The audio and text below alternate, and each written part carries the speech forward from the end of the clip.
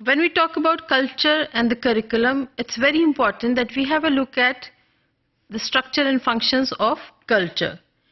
Now, we can split it into different questions. What is meant by culture? What are the essential elements of a culture? Iske mukhlif components kya hain? And how are these components or elements, they are organized and how are they interlinked with each other? आगे आने वाले सबक में हम ये देखेंगे कि ये हर सवाल का क्या जवाब है और ये सवालात एक दूसरे के साथ किस तरह से मुंसलिक हैं. What is a culture? हमने गुज़िश्ता लेक्चर्स में भी कल्चर को डिफाइन किया था. यहाँ पर हम कल्चर को डिफाइन कर रहे हैं with reference to process of curriculum development, और उस प्रोसेस को करने के लिए हमें कौन सी मश्क है जो करनी पड़ती है, जहाँ पर हम सोशली डायग्नोज करते हैं कौन कौन से प्रॉब्लम्स और इश्यूज हैं और सोसाइटी किस तरह से तब्दील हो रही है.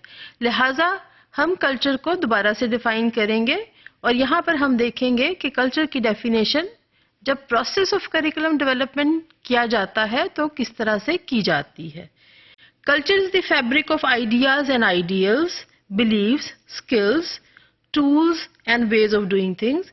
एस्थेटिक्स, किन चीज़ों को लोग अप्रिशिएट करते हैं या पसंद करते हैं. ऑब्जेक्ट्स क्या हैं, कस्टम्स या ट्रेडिशंस क्या हैं, लोगों का सोचने का क्या तरीक़ाकार है. इंस्टीट्यूशंस, स्कूल्स, कॉलेजेस किस तरह के होते हैं. into which each member of society is born. अब ये वो तमाम हालात हैं जिसमें कोई भी बच्चा किसी भी सोसाइटी में जन्म लेता है तो एक वो कल्चरल फैब्रिक का हिस्सा बन जाता है, जहाँ पर मुख्तलिफ तौर तरीके और रवायात, किस किस्म का इल्म और तहकीक की जाती है, इस इल्म और तहकीक को इंस्टीट्यूशंस में कैसे आगे बढ़ाया जाता है, और हर नए आने वाले बच्चे को जो एक कल्चर में पैदा होता है और एक उम्र के बाद जब वो स्कूल में दाखिल होता है तो उसे किस किस चीज़ का सामना करना पड़ता है कि वो एक कल्चर का हिस्सा बन जाता है. Now what is the culture when we look at the people collectively. अगर हम एक मजमा की तरफ देखें और फिर हम ये देखें कि इसमें कल्चर क्या है. So culture is the way of people's living, the games they play, stories they tell, heroes they admire and appreciate, music they play and like, the way they care for their kids and how kids are being brought up, परवरिश कैसे की जाती है, family की organisation क्या है, transportation के modes क्या हैं, कम्युनिकेशन का क्या तरीक़ाकार है, और बहुत सारी वो चीज़ें जिनको हम यहाँ पर नाम नहीं दे रहे, लोगों का कल्चर कहलाता है.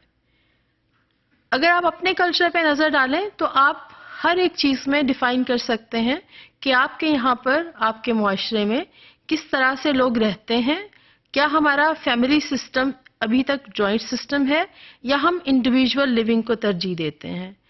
हमारे मुआशरे में लोग किस किस्म का म्यूज़िक, किस किस्म के खाने पसंद करते हैं, किन चीज़ों की तारीफ़ करते हैं, किस किस्म के ड्रामे देखे जाते हैं और इस ड्रामा को फर्दर आगे कैसे बढ़ाया जाता है और किस तरह से ये आम जिंदगी पर असर डालते हैं.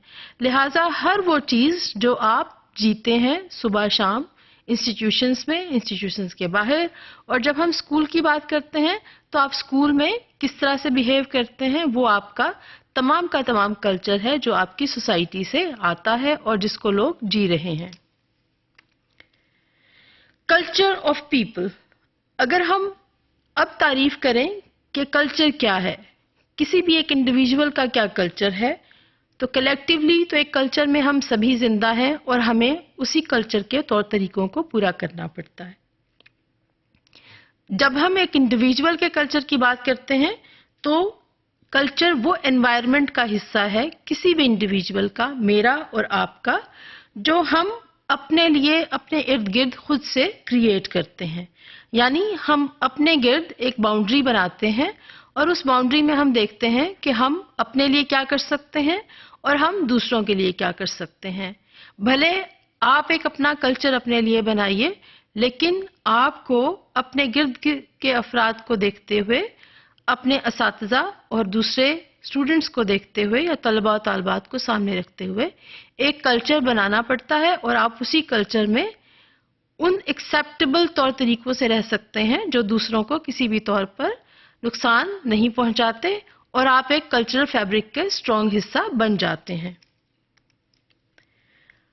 Now, it's very important that we differentiate between the culture and the society. Now, what is culture and what is society? Society क्या है? मुआशरा क्या है? It's an organized group of people, those who are living together, जिनका सोचने का तरीकाकार एक है, जिनकी पसंदीदगी और नापसंदीदगी एक ही तरह की है, और वो एक खास ग्रुप के तौर पर सामने आते हैं.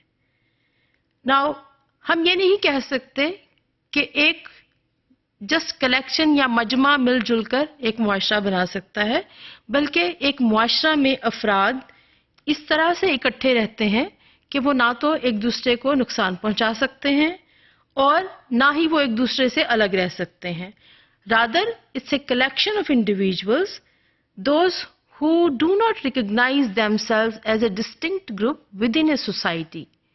यहाँ पर इसका क्या मतलब है कि हम किसी भी सोसाइटी में रहते हुए अलग से अपने लिए कोई भी मुआशरा नहीं बना सकते. हमें एक बड़े मुआशरे का हिस्सा बनकर ही रहना पड़ता है, जहाँ पर हम एक दूसरे की पसंदीदगी और नापसंदीदगी का भी ख्याल रखते हैं और ना ही हम अपने उसूलों को किसी पर ठोंसते हैं, बल्कि हम उन तमाम उसूलों पर कारबंद रहते हैं जो हमारे मुआशरे को किसी भी तौर पे किसी तरह नुकसान नहीं पहुंचाएगी.